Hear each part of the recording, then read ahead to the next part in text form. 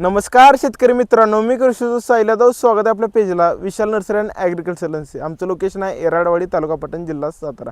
तर आज आम्ही आलो विजिटला दत्तात्रय बंडू देसाई यांच्या रानात नारावाडी येथे. तर सर्वप्रथम नमस्कार. नमस्कार. तर आता ही बाग करून आम्हाला 3 वर्ष झाले. तर जुलै महिन्याचं प्रोसिजर करण्याकरता ह्या साहेबांना मी बोलवलं आहे. तर ते मला सांगतील खताची फवारणी कशा प्रकारे करायची. तर सर्वप्रथम शेतकरी मित्रांनो लक्षात घ्या, तुमची बाग जर का पुढचं उत्पन्न चांगलं पाहिजे असलं तर ह्यो जून जुलै ह्योच महत्त्वाचा टप्पा असतोय. कारण ह्याच कालावधीत काय होतं, बरेच जे बुरशीजन्य रोग आहेत ह्याच कालावधीत. कारण जेवढी पण बुरशी बघता तुम्ही त्यासाठी वातावरण कसं लागतं, एकदम दमट आणि ओलावा लागतो जास्त. हे कालावधी एकदम अप्रतिम असतो या वाढीसाठी. एकदा का हे जर का आता वाढलं परत ते कंट्रोल होत नाही. आता हे बघा इकडे तुमच्या पण झाडाला दाखवतो, इकडं इथं जरा असं तुम्हाला हे बघा, हे गोल गोल दिसतंय का स्पॉट, हे तांबडं पुढच्या हे बघा, हे बघा हे चट्ट दिसतंय ते का तांब्या रोग, हे म्हणजे काय आपला अलगल लिप स्पॉट. आता त्यासोबत इकडे हे एक दिसतं का जवळून बघा, बाजूनं पिवळा आहे आणि आतनं कलर गेलाय बघा. ह्याला बॅक्टेरियल ब्लाइट असं म्हणतात. असे 2-3 तरी रोग सध्या दिसले. ते आता बघू शकता की पाऊस आता पूर्णपणे उघडला आपला, एक 3-4 दिवस झालं. तर ह्या कालावधी आता फवारणी वगैरे घेणं गरजेचं आहे. कारण काय होतंय, ह्या एकाच झाडावरती जेव्हा पाणी पडेल, आता हे बघा समजा हे आता इथं याला रोग झाला, हे बघा पान, ह्याच्यावर जेव्हा पाऊस पडला आता की ह्याचं पाण्याचं उडणार ठेंबडं दुसऱ्या झाडावर आणि एकावरनं दुसऱ्याकडं असं ते ट्रान्समिट होत जाते, वाढतच जाते. आता हे बघा ह्या झाडाला ह्यो रोग नाही, पण ह्याला कुठला बॅक्टेरियल ब्लाइट, इथं बाहेरनं पिवळं आणि आतनं काळं, हे काही डिफिशियन्सी नाही. खतं वगैरे एकदम चांगले. त्याचं कसं ओळखायचं, पानं हे बघा हिरवीगार आहेत म्हणल्यावर नत्राची कमतरता नाही. नंतर दुसरी गोष्ट काय होते बघा, हे खोडाला जर आता हे फुटायला भेगा पडायला लागल्यात आहे, हे पोटॅशियम कमतरतेमुळे शिरा क्रॅक जाणे, फळ क्रॅक जाणे हे प्रॉब्लेम. बाकी मुळ्या तर एकदम मजबूत आहेत. आता प्रॉब्लेम आणि काय तर पहिला बुरशीचा. तर मग ह्याच्यासाठी एक चांगली गोष्ट आपण काय करू शकतो, तर एक बुरशीनाशकाची फवारणी आता पाहिजे. हे म्हणजे कुठली की बाबा हाय तेवढं कंट्रोल झालं पाहिजे. ह्याच्यासाठी आता आपण हे जे रोग आहेत त्यासाठी यूज करण्याचं ब्ल्यू कॉपर म्हणजे कंटेंट असतं कॉपर ऑक्सिक्लोराइड.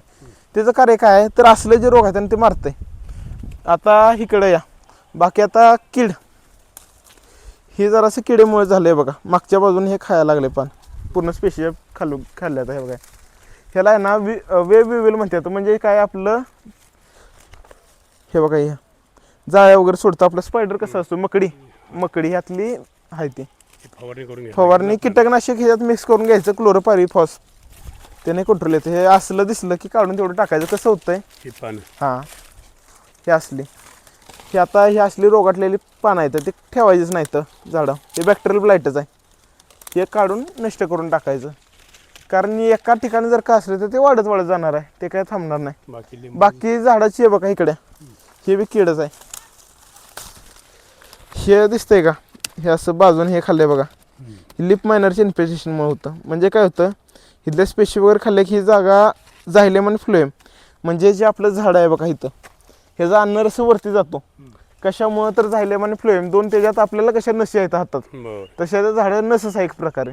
त्यातनं अन्न आणि पाणी वरती सप्लाय होतं.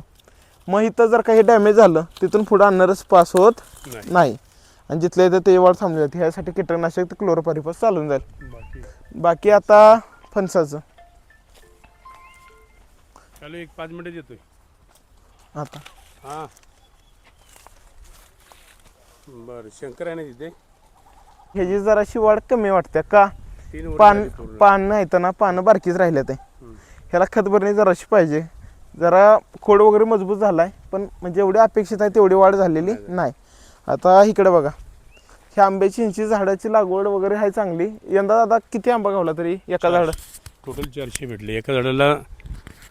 प्रत्येक झाडाला 18 ते 20 आंबे भेटले. 18 ते 20 आंबा. एका छोट्या त्या झाडाला 100 होते. कुठलं झाड दाखवता का? दाखवतो ना, चला या. तसं आपल्याला उत्पन्न एकदम चांगलं भेटलं. सुरुवात ह्या वर्षी पहिल्यांदाच आम्ही आंबा घेतलं. पहिल्याच वर्षी, तिसऱ्या वर्षीला आंबाच घेतले. त्याच्या पाठीमागे 1 वर्षी फक्त एक झाडाला शॅम्पल घेतलं होतं. त्या झाडाला आपल्याला 30 आंबे आले होते. हे झाडाला 100 आंबे आले होते. एका गजला 10-12 आंबे होते. ही आम्रपाली म्हणून व्हरायटी आहे. एका झाडाला बघा ह्या 100 आंबे खाल्ले. 100 आंबे आले होते. 10-12 गस होते एक एक. होय ना. खाली जमिनीला होते म्हणजे पूर्ण खाली होते. म्हणजे बघा अशी पण व्हरायटी आपल्याकडे अवेलेबल आहे. तर म्हणजे आता ही बुरशीजन्य रोगासाठी आपण काम केलं आता ह्या पानात जरासं न्यूट्रिएंटची डिफिशियन्सी दिसते. हे बघा बाहेरून कलर वेगळा आहे, हे आतून कलर वेगळा. हे मायक्रो न्यूट्रिएंट्समुळे होतं. म्हणजे आता काय असेल ते आपण फवारणी करून घेऊया. हो फवारणी वगैरे तुम्हाला एक प्रॉपर एक शेड्यूल लिहून देतो, त्यामध्ये सगळं रोग वगैरे कंट्रोल येतील. आता हे यांचं खासियत बघा, भर वगैरे लावलेले आहे. गवत म्हणजे एवढी स्वच्छ, हे स्वच्छच म्हणायला पाहिजे. अजून हे उद्या सगळं स्वच्छ होणार आहे. आजच आले मुंबईवरून ना. आजच हे मुंबईलाच राहतात आणि ते बघत बघत इकडे बाग पण चालू आहे यांची. आता इकडे या. साफ करून गेले. आता नारळाचं यांचं झाड दाखवतो मला या. आलो एक मिनिट. आता नारळ बघू शकता.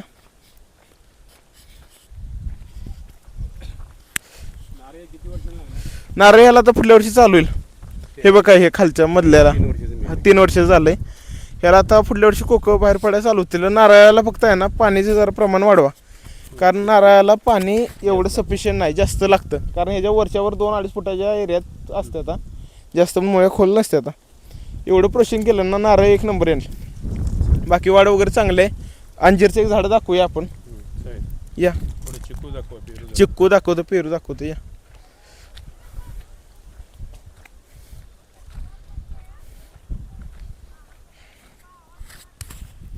जसं काही मॉर्निंगवर इथंच काम करतो ना. हो हो नक्की. सर्व साफ करून टाकतो. हे अशा वेगवेगळ्या व्हरायटी लावल्यामुळे फायदा. आंबे होते. ह्याला 8-10 आंबा आलेलं. 1.5 ते 2 किलो हे 2 किलोचा एक आंबा होता बघा. याचा राजापुरी म्हणून व्हरायटी आहे ह्याची.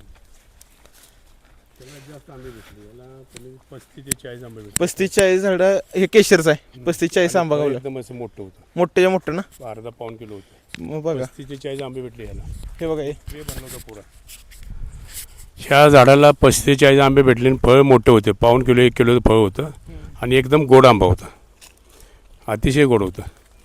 तसे चिक्कू पण 100 भेटले गेल्या वर्षी आम्हाला.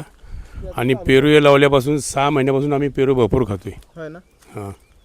अंजीर पण 12 महिने अंजीर असतात. 50-60 आंबे अंजीर असतात. चिक्कू पण आता आली. म्हणजे फुलगळ होणार नाही, फळगळ होणार नाही, साईज वगैरे चांगली होईल. गोडीला कसं आहे चिक्कू? मजा करा एकदम. चला आता अंजीरचं झाड दाखवूया. हे अंजीरला 50 ते 60 डेली अंजीर असतात डेली. डेलीचं ना. पण पक्षी खातात. हे बघ, हे अंजीर इकडे फोटो दाखव. हे बघ. आता फळं बघू शकता, सेटिंग सगळी. अंजीर किती दिवस झालं चालून? अंजीर मला वाटते 1 वर्षांचं एक चालू वर्षात चालू झालं. 1 वर्षात अंजीर चालू झाले. फळं भरपूर आहे त्याला.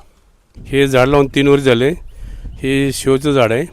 मोरपंखी याचं नाव आहे. बरोबर. आणि एकदम ते छान मोठं जसं होत जाईल ना तसं खूप मोठं छान दिसणार आहे आणि बंगल्याला एकदम लुक येणार आहे. हे साहेब बोलतील आता. तर आता फक्त आपण फळझाडं देत नाही तर शोची झाडं, वन औषधी, रोड साईड सगळी झाडं आपल्याकडे अवेलेबल असतात.